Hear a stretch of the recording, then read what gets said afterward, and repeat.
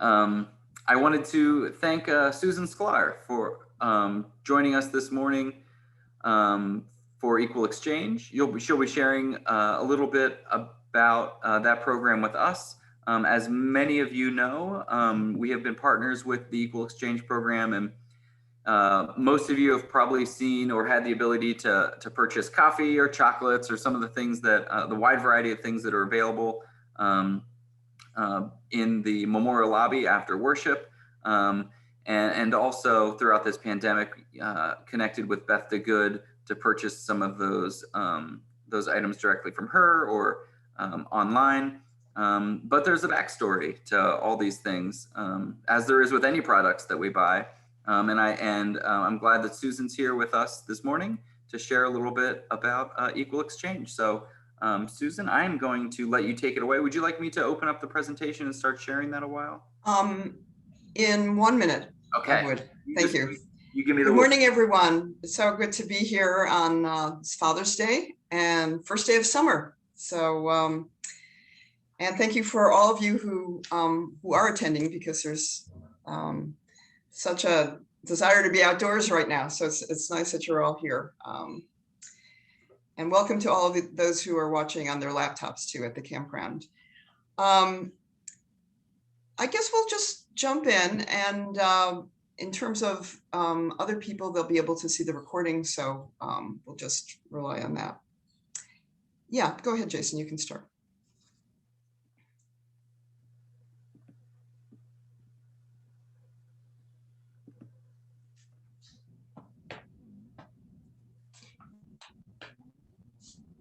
Yeah, there's been a partnership between Church of the Brethren and Equal Exchange for 19 years. So it's a long, solid partnership, and we'll get into that a little bit later. Next slide, please.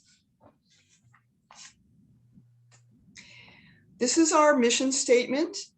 We were founded in 1986 as the first fair trade coffee company in the US.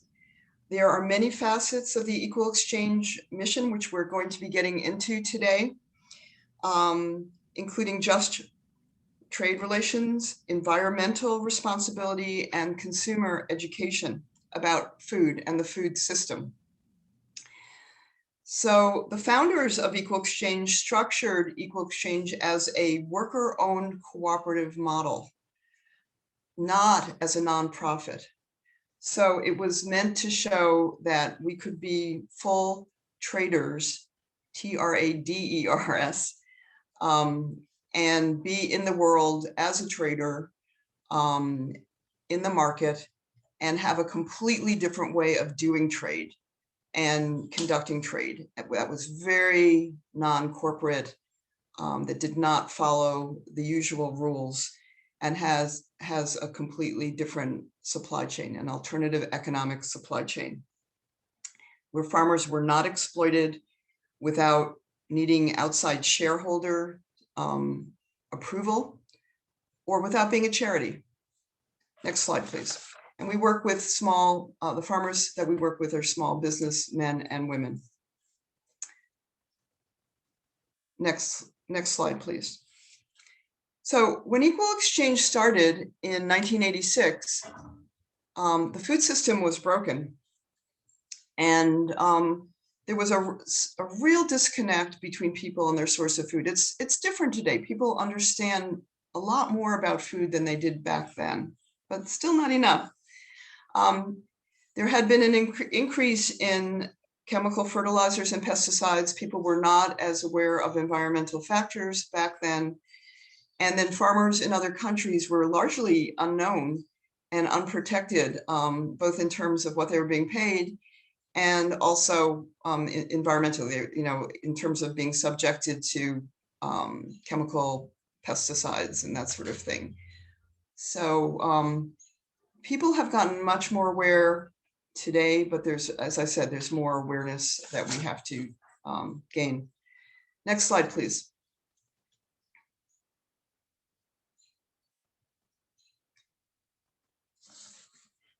Thank you. So this is a structure of Equal Exchange, and it's pretty different than a normal company. It's worker owned, and the workers have one, each worker, regardless of their position, has one vote. It maintains a 5-to-1 salary ratio. That means the highest salary can only be 5 times what the lowest salary is. And we operate at a 2 to 5% profit margin, which isn't very high. It proves that a mission-driven business model can be sustainable and replicable, and that business does not have to be either exploitative or a charity. Next slide, please. So we work directly with 40 small farmer cooperatives in 20 countries. 12 of these cooperatives are coffee cooperatives. We're still about 70% of what we do is still coffee. We started as a coffee company, and that's still a lot of what we do, but we do a lot of other things as well. Tea, chocolate, nuts, Palestinian olive oil, dried fruit, bananas, avocados we've added in the last couple of years, and also some grocery products, which I'll be mentioning. Next slide, please. So most of the products that Equal Exchange sells cannot be locally grown in the United States, and they're imported. And that adds to the feeling of disconnectedness from these products and from the farmers who grow them. So most people are, familiar with farmers markets and supporting local farmers, but it's really the same concept. Small farmers need to be paid fairly so that they can make a living in other countries as well. And in other countries, there's even less access to the market. Coffee, these are some facts. Coffee is the largest food import in the United States, and the United States, Americans consume 20% of the world's coffee. In terms of chocolate, 70% of the world's chocolate comes from West Africa, where there's forced child labor in the cocoa industry. And most of the commercial chocolate that you eat, such as Hershey's, Nestle's, Mars, has done little to address this issue. There have been different bills that have been created over the years, and it just isn't moving at all, or very, very slowly. So that child labor is still ongoing. And when you eat your delicious piece of chocolate, unfortunately, that's a factor with most commercial chocolate. In terms of tea, still today, most tea is grown on plantations, the old colonial model. It got established, by the British, and it's really never changed.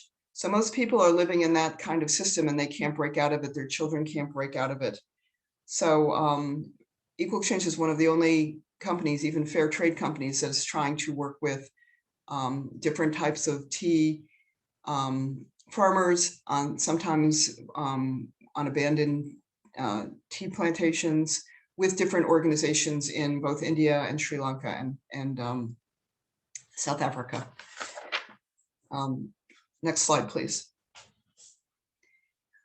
This is just to show you that we have been moving in new directions in the past couple of years. We work with a community in Georgia, Albany, Georgia, on pecans. It's a group of African-American farmers that got started in the 60s, and over the years were shut down because of discriminatory practices. And they are back now. They've reorganized, and they are growing pecans, and we buy from them. We are working with US dairy farmers because there's a whole problem in the dairy industry where milk has been consolidated. It's too cheap, and dairy farmers can't afford to make a living, and they've had to sell their herds. So the way that they make a profit is by producing artisan cheese. And so we're working with a group in Vermont and in Wisconsin, and we have cheese for sale from October 1st to May 1st, when the weather's a little bit colder. We also have been working during the pandemic. we started working with independent companies, grocery companies. I don't know if these products have made it to your church yet for your sales, but there are a lot of independent companies, that is non-corporate companies, not, without no large chains, that were really in danger of going under and had a similar mission to Equal Exchange. They had high quality products or organic ingredients. And we decided to help support that network of small grocers and companies in the US so that they wouldn't go out of business. So we have a whole range of things. You can see the nut butter there. We also have grains, we have crackers, we have spices, just a whole interesting range of items that you can also purchase. They're not Equal Exchange items, but you can help to support independent companies. Next, please. So this is a list of just some of the challenges for small farmers. There are continuously volatile market prices, and they don't meet the costs of growing coffee for farmers. Because coffee is an annual harvest, most coffee farmers have to make their annual harvest payment last the whole year. So with the fair trade model and the Equal Exchange model, farmers are guaranteed credit, pre-harvest credit, so that they can actually use some money before their check comes in to prepare their land, to plant new trees, to do what they need to do to get ready for the next season, and also, for food for their families. So because conventional farmers don't receive a fair price, they often take out loans to cover their expenses and are in chronic debt. Next slide, please. So this is a little hard to read, but it shows basically the supply chain, the coffee supply chain. It's just, again, one of our products, but our biggest product. And on the bottom, you can see all of the different steps along the way, in the middle people. And everybody takes a cut of what's being sold, which isn't fair because farmers are the people doing the hard work and taking the risk. Oftentimes, as I mentioned, farmers do not have direct access to the market. And so they're reliant upon what middle people do for them and what they pay them. So we have tried to cut out a lot of the middle people, and we work more directly long-term with farmer cooperatives. So more money goes to the farmers, and in that way, farmers just are more connected with the markets that they need to reach. Next slide, please. So these are our principles. Two of the most well-known principles are the guaranteed minimum price and social premiums. Coffee prices fluctuate widely, as I mentioned. It's one of the reasons the founders started Equal Exchange. And there's just there's dips in the price all the time. So fair trade mitigates the dips in price and always pays more per pound, either the same or above what's actually above what's paid per pound. This is even when the markets are high, when the prices get higher. So the fair trade minimum price is paid to small farming co-ops to cover the cost of sustainable production. So for coffee, not all products have a minimum price, but coffee, which is a commodity on the world market, it's currently set at $1.40 per pound and $1.70 for organic coffee. And it's a standard that's set by a group called the Fair Trade Labeling Organization, or FLO. But coffee prices differ in different regions. We deal with 12 different countries in coffee. And so recently, Equal Exchange has paid $3.40 a pound and as much as $3.90 per pound for coffee in some countries. In addition, we pay a social premium to the community of 20 cents per pound. And so with this money, the community can vote and decide what it needs and how it wants to spend it, whether it's on a medical center or a school, bringing in some nurses or doctors. If a road has been washed out because there's been a bad storm or hurricane, they can use it for repairing the road. They can build pumps, water pumps, whatever they need to build, they decide, and they use that extra premium to help them and help make the community stronger. And as I mentioned, the credit is a very, very important thing. Getting farmers access to credit so that they don't have to be in debt. Next slide, please. So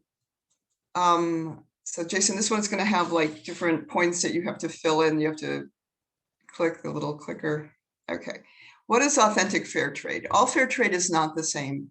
Unfortunately, fair trade has been absorbed by a lot of large corporations. There really are about 8 or 9 large corporations that control most of our food system, and they've been buying up independent brands over the years. So what is authentic fair trade? It's buying directly from small farmers. It's guaranteeing an above market price and premiums. It's supporting democratic farmer cooperatives, giving farmers a voice in trade and an access to markets. It's safeguarding and restoring the environment through practices such as organic agriculture, sustainable methods, biodiverse, shade-grown planting, natural pest control and fertilizers, and water conservation. Biodiverse just means different types of plants are planted together: citrus, coconut, coffee, bananas, and that provides shade-grown coffee, and also it keeps the insects and diseases from just attacking one type of plant. It just makes the plant stronger. And human rights in farming and production. So there's no child labor or forced labor. There's equal treatment of women. That is definitely a strong principle, not always completely carried out in these, in countries where gender roles are still quite different, but there's an effort to do training, gender training, and there are women farmers as well who are guaranteed equality. And there are safe working conditions for all, both physically and, as I mentioned, they're not being sprayed by toxic chemicals. Next slide, please. So when you're in a small farmer cooperative, there's power in numbers. You can share your resources and equipment, and sometimes this means computers, sharing computers and office equipment.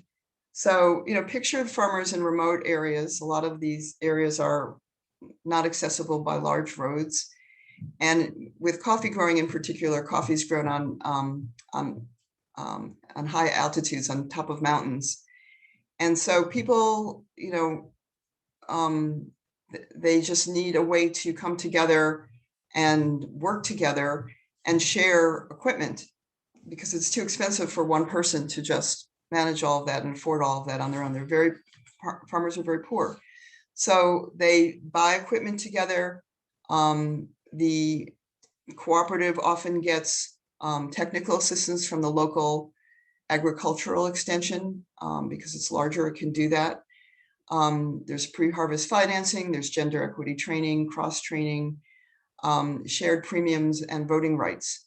So you have more strength, you have more power as a farmer if you're part of a cooperative. You're not just a single person living on the side of a mountain by yourself, unable to get your food to the marketplace, unable to find out what the price is, negotiate for prices, for fair wages, and that sort of thing. So there's a lot of strength in being part of a cooperative.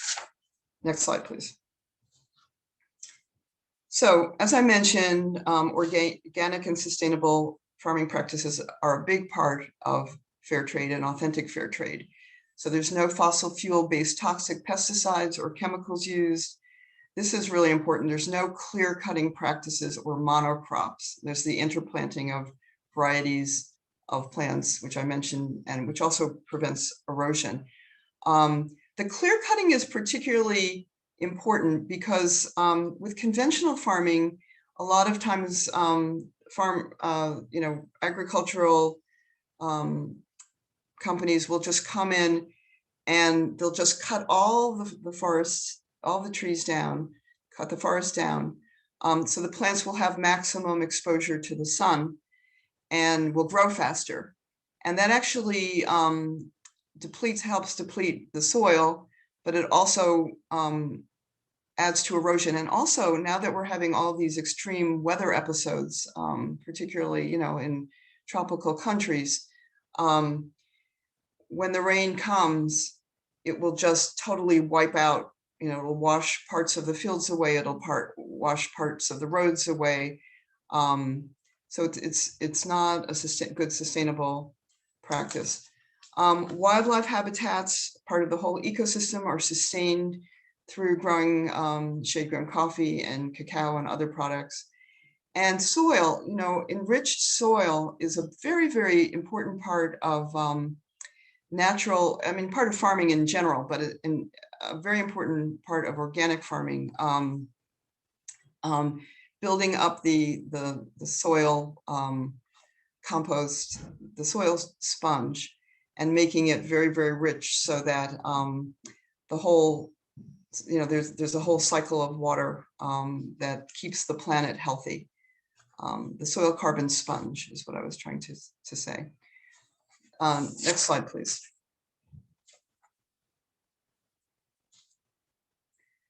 So, as I mentioned, chocolate and cacao being raised in a way that avoids child labor is very important to what we do, to authentic fair trade.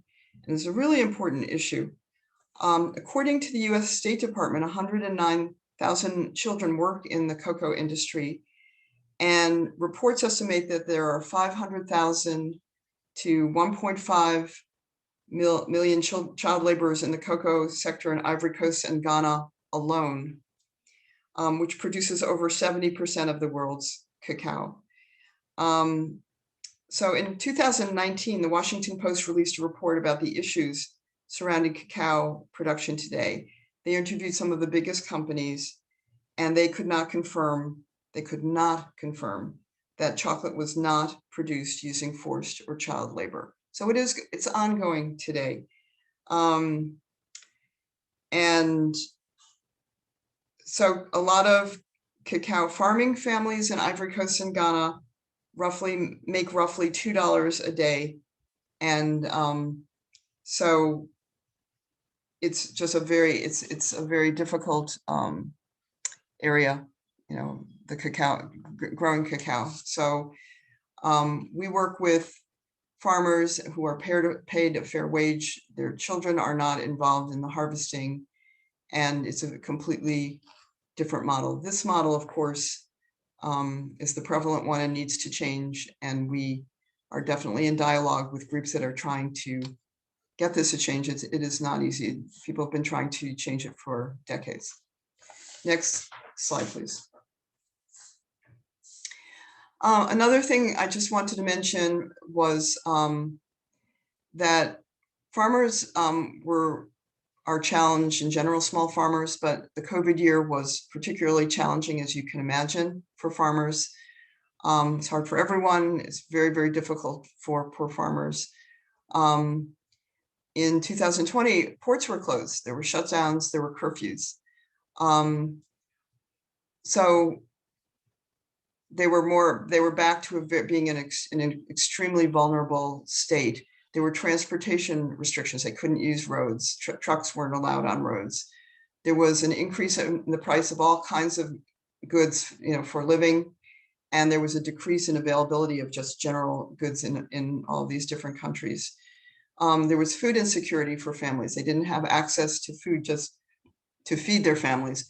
And one of the strong, powerful parts of them being, of farmers being in cooperatives, where the cooperatives took action.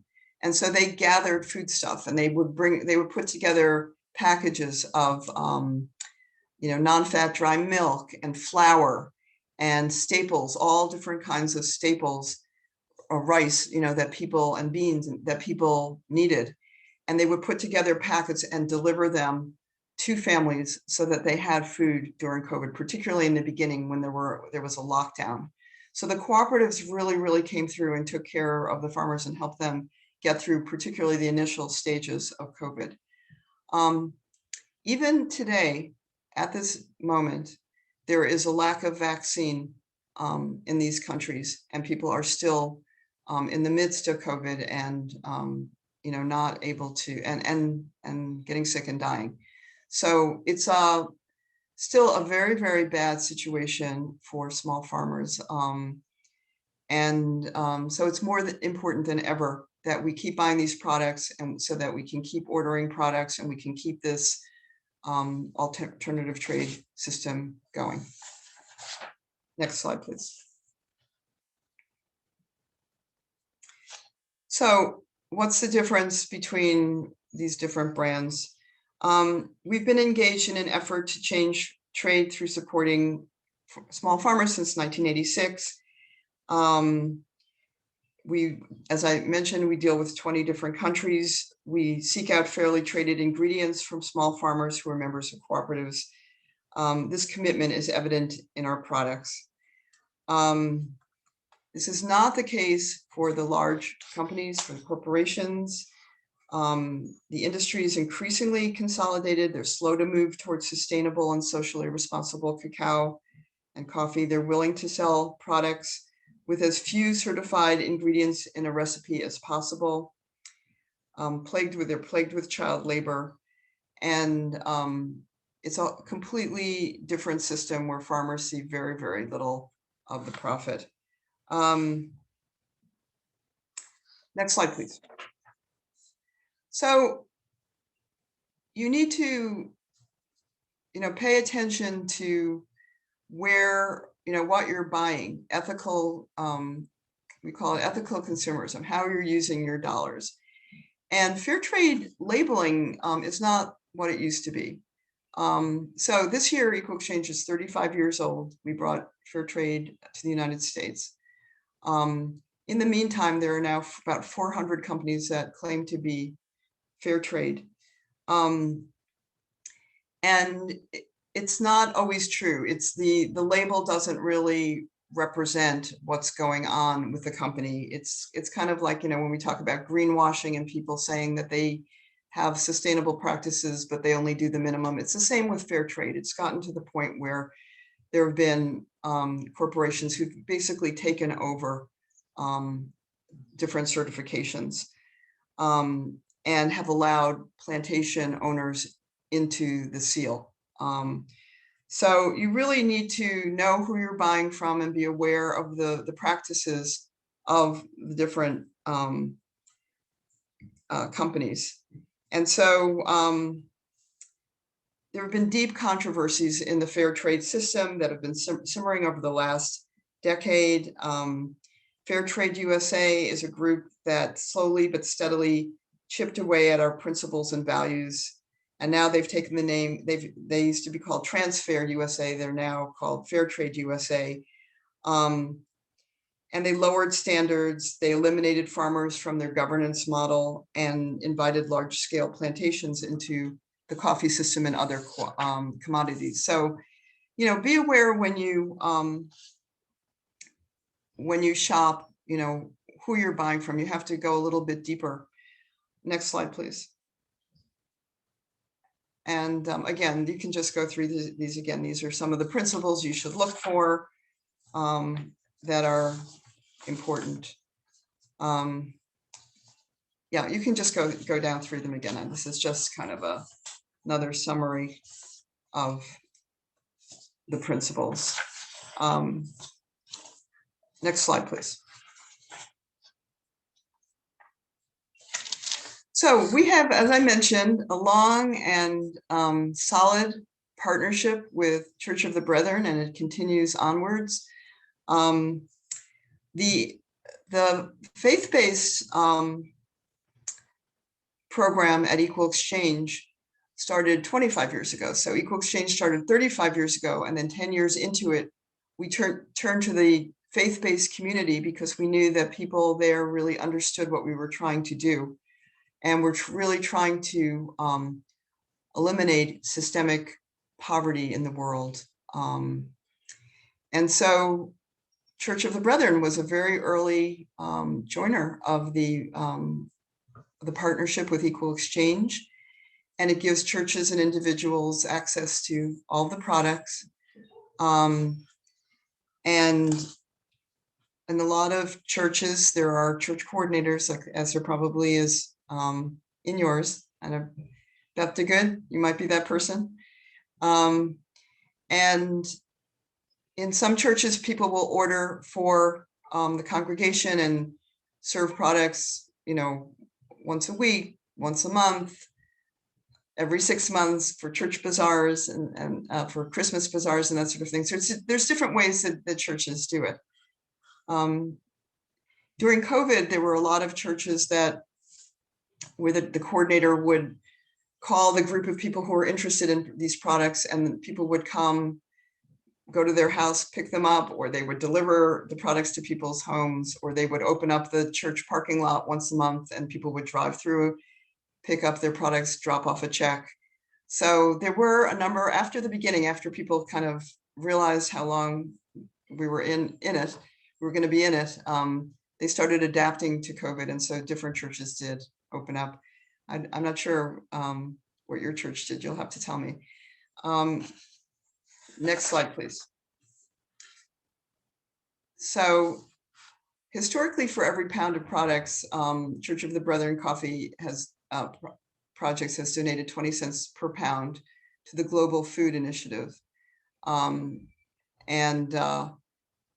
new fundraisers will be coming this fall. We're going to be restructuring it a little bit this fall, but there will be a way for you to participate where a percentage will go to Church of the Brethren. And we're hoping that it's higher, that it's more money. Equal Exchange sent a check for $4.36 for $436.51 in 2021, based on the 2020 purchases from 56 participating congregations. That was small because it was COVID and a lot of churches were closed down. And so there were only 56 participating congregations. So it was really much smaller than in other years. As I said, we are going to be promoting fundraisers this year. So watch out for that. There'll be announcements from Church of the Brethren saying when you can purchase. If you purchase during a particular period, 10% will go back of everything you purchase will go back to Church of the Brethren for different projects. Next slide, please. So thank you for being a church that supports Equal Exchange and understands what we're trying to do and supports this alternative economic supply chain and supports farmers, small farmers who are growing our food, but are some of the poorest people and most vulnerable people in the world. You are living out your values. And so we just, encourage you to keep asking questions about where your food is coming from and who's growing your food and how you can support what you want to support and how you can support products that are grown sustainably and help the earth and are organic. And just be more aware of the food that you eat. I think, as I mentioned, I think more and more people are becoming aware of this. And we became more aware of it, frankly, during COVID. As some food we couldn't get to the stores that we usually got to, and we began to order in different ways. So talk to other people about this, because your congregation is aware of fair trade, but there are still a lot of people out there that really have no idea that there's an alternative model. And we're trying to grow this model. And we're still, I would say, extremely tiny compared to what's going on in the corporate food system out there. Next slide, please. We have all sorts of educational resources. If you go to our website. We have posters and we actually have a comic book, The History of Fair Trade, a graphic book. We have videos. We have all kinds of ways in which people can learn about a lot of the things I was just mentioning, a lot of aspects of fair trade that people need to learn about. Next slide, please. And these are really good organizations where you can find out more information too. As I said, they on their sites, they will tell you about other companies and organizations like ours that do fair trade. And you'll have access to this slideshow. So if you don't have a pencil right now, you can get these sites later. But they talk about the larger issues that I've just been talking about with farmers, and they will direct you to other companies that are doing fair trade, that are doing authentic fair trade. So they're very, very good resources. And, you know, when you are choosing fair trade and you're choosing equal exchange, you are empowering local communities and small family farms. You're helping people to stay on their land, to stay in their countries, and not be forced to migrate to the United States and other countries. It's creating a system that is sustainable for farmers, for the planet, and it's very important. Final slide, please.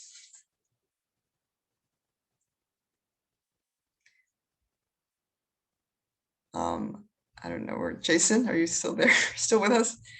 In the final slide. Yeah, I'm advancing it. I for whatever reason, doesn't seem to be like there's another slide. Oh, there's not another slide.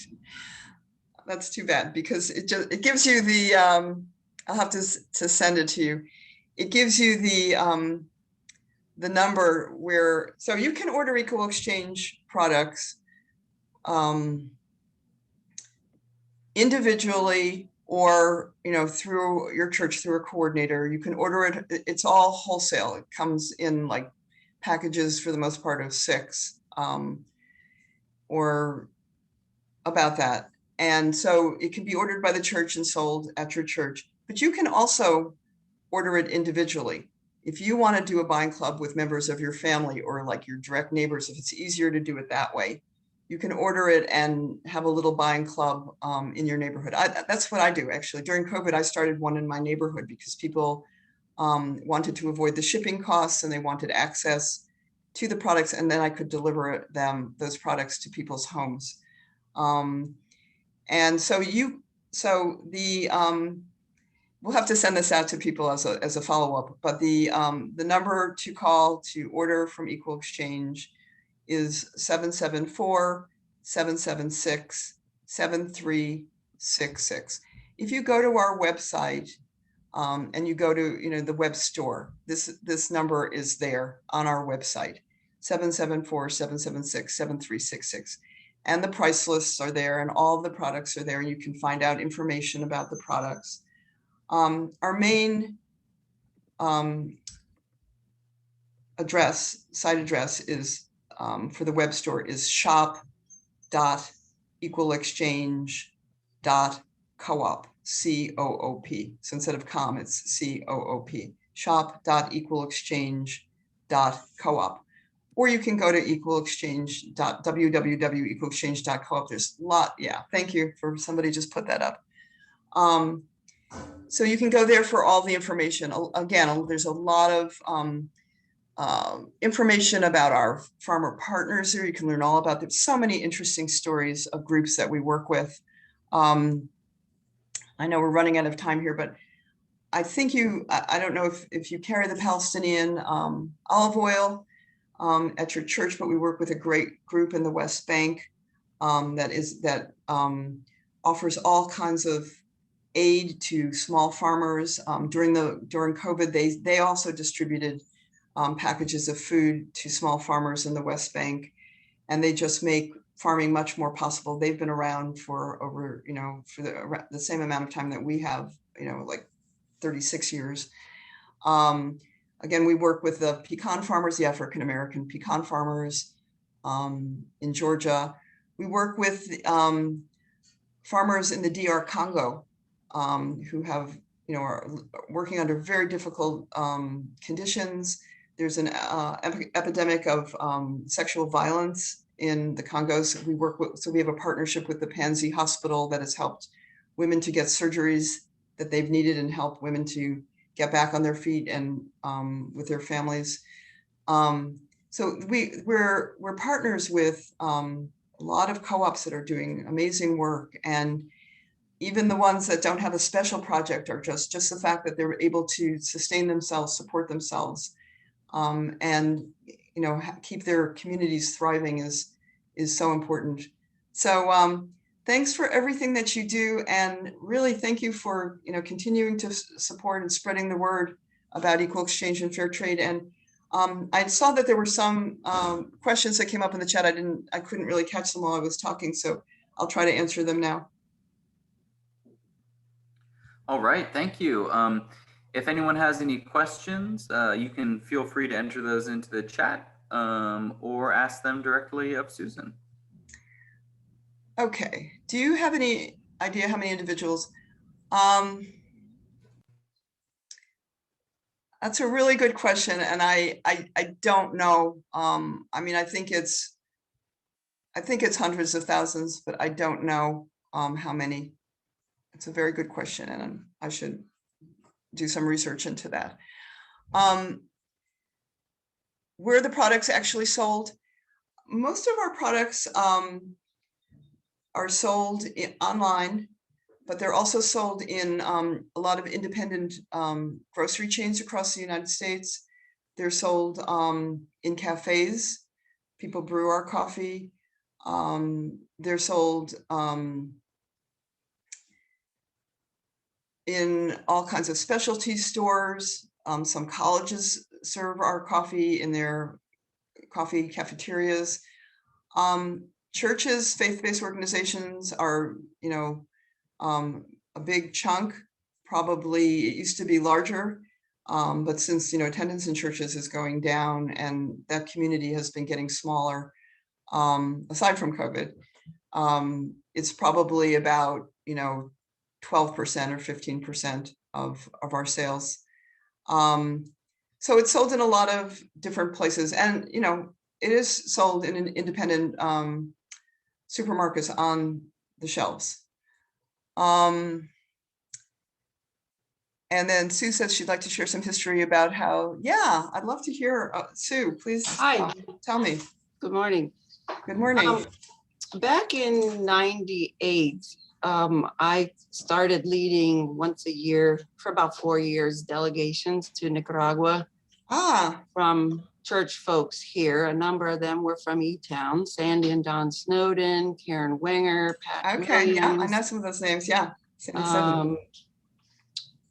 Well, before we went the first time, 2 weeks before we went, Hurricane Mitch hit Nicaragua and Honduras. And we considered canceling the delegation, but we decided, well, because of the connections that we had down there through Witness for Peace connections and some of their environmental connections in Nicaragua, the Humboldt Center and others, we decided, well, we'll just change the delegation a little bit to have it address hurricane aid, disaster response. So they were able to, the agencies we worked with were able to do that. We took several, maybe $28,000 something from the Church of the Brethren and individuals and gave out there. So one of the places we visited there was Pueblo Nuevo, a little town in northern Nicaragua. And at the time, I think we were the first people to get there with actual cash for them. I mean, we just helped them, a little bit.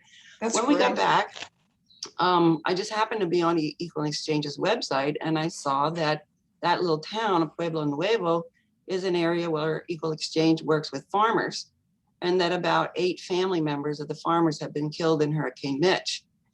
And Equal Exchange was there helping to replant the trees, rebuild the processing plants, whereas we were hearing stories of like Chiquita and other fruit companies like that were just abandoning their farmers in Honduras and other places that were hit by Mitch. So we thought, wow, that's really cool. So if we want to continue to help Nicaragua, the best way to do it is through a dignified way to just enable farmers, to just support farmers in their work with Equal Exchange. So my home church is Little Swatara. That's where our family was attending at the time. So we started an Equal Exchange cooperative selling the coffee at cost, not to raise money, but just to encourage people to buy as much of their coffee as they could from Equal Exchange. We started that at Little Swatara, and Sandy then decided to start it here at E-Town. So Sandy Snowden. So Sandy did it for years before Beth DeGood has been doing amazing work with it. But we got into this because of the kind of work Equal Exchange was doing in Nicaragua after Hurricane Mitch. They stayed there. They didn't just leave their farmers. They stayed, and they were rebuilding the processing plants, replanting the trees, and we were impressed. That is an amazing story. I would actually, if you wouldn't mind, I would love to write up that story and tell that story. I'm going to put I just typed my name in the chat and my email address. So right, I'll get it. You could get in touch with me. Let's I will talk. And I would love to. We have a series called Extraordinary Coordinators and Extraordinary Communities. And we're trying to tell some of these stories because they're so powerful. And I would love to write that up and tell that story, on our blog. So let's definitely be in touch with me, and we'll talk. We'll talk by phone. And yeah, I'd love to. That's just so powerful. Thank you for telling me that. Sure. I'll note there's another comment in the chat from Beth DeGood that says that throughout the summer, Equal Exchange products can be purchased through me, meaning Beth. She gives her number as well as her email address, which if anyone needs, they can contact me or find on our Breeze online directory. But Beth will deliver those to those who are in E-Town Mountjoy, or you can pick it up at the church. And we'll be working on future plans over the summer for that Equal Exchange program. That's great. I don't know, Beth, if you can speak. I see your name on the screen. So you started delivering products during COVID, and is that what you've continued to do in the last year and a half? Yeah, I've just been as people needed things. I have a lot of it stuck in my basement now, and some of it's still at church. And then I just, as people need things, I will bring it to them. It's worked out pretty well. Did people respond to that, or did you get people who were continuing to order, or how did that work? We have like a handful of regulars, I would say. Yeah. People who are committed to it, and yeah, and it's just not as easy as going to the grocery store and picking up things right now. So yeah, I mean, I wonder what would be helpful in order to kind of reach more people in your congregation. I think, us doing this webinar today was an attempt to reach out directly to your congregation. I hope people watch this recorded webinar. But if there's anything that we can do to, get you more information, talk about some aspect, we have a whole slideshow that we do on the environmental aspects of fair trade farming. If there are people who are interested in that we could do at another session. So if there's anything that we can do to help kind of nudge people along a little bit, definitely let me know. Let us know, because we would, it seems like you've been hanging in there for a long time. You've been working for a long time, and somehow we're trying to figure out how to break through to other people and get that message across to new people who haven't really considered trying fair trade products. So let me know if you can think of any way in which we can help. Okay. Yeah, I think that I plan on talking with the pastors and people in the church to see if we can make it so that it is easier, like maybe do more online stuff where people can order. Yeah. Maybe through our church website or something, and then I'll coordinate it and get it out just so that it is easier to access. Yeah, I think that's we have had a number of churches who have put like order for they don't have the whole product list online, but they'll choose certain things that they know are popular, because we have hundreds of things on our product list. So, they'll have a number of things that, people are interested in ordering, like a medium coffee, a dark coffee, a couple of different kinds of chocolate bars, and they'll have them there online, and people can just order online and it's easier. So I think one thing that happened during COVID is people got very used to ordering online, Yeah. and are doing that more often. So I think that you're right. I think that would help. Yeah. Yeah, I think we can definitely do that with our church website. That shouldn't be a problem to add some of that information. And it really does feel like there's an increased interest and awareness amongst people to make sure that products that they're buying are ethically sourced. And, I continue to see pushback on larger corporations and things like that. So I suspect that there's just increased interest in that awareness. There's one more question here. Yeah. Is Equal Exchange or anybody else lobbying for stricter criteria for corporations using the fair trade label? I don't really know how to lobby. There's a Fair Trade USA is the organization that is kind of misusing the seal, and I don't believe it's not the government. It's not the government, so we can't lobby against them. We've definitely told them about how we believe they're misusing or abusing it, and they don't care. So we just stopped using any of those seals on our products. All we can do is talk about it and tell people to become more aware and to avoid certain seals and certifications, and get them to do more research. I will say that we have a group, it's called Citizen Consumers. It's a citizen consumer group. It goes more in depth into all of these issues. If you're interested in participating and being part of a more in-depth network that learns more about food system issues, we have monthly presentations by all kinds of people in the food industry. We have member meetings, we have campaigns. And if you want to get more directly involved, why don't you put your name in the chat, or send Jason your name and he can send me your email address, and I'll let you know how you can do that. But some of this involves, you informing yourself and yourselves and just becoming more knowledgeable about what's going on out there in the food system. So that's one of the reasons we started this group, to just try to get more information out to people. Excellent. Well, thank you, Susan. We've come to the conclusion of our time together. I'm going to give you just an opportunity to share any parting words with us as we go. Any final thoughts on the presentation today? But I wanted to thank everyone for joining us, and I wanted to thank you for your willingness to come and share with us this morning. But parting thoughts that you may have for us as we go our separate ways today. Thank you. Thank you all for your continued commitment and support.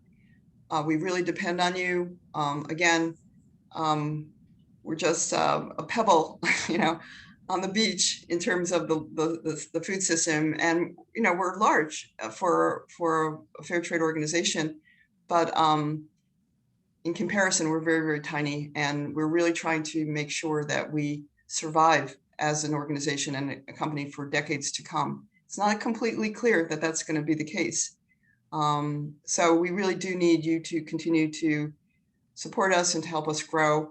And we just need to change the way that we buy our food, the way we think about our food, and the way we think about our food system.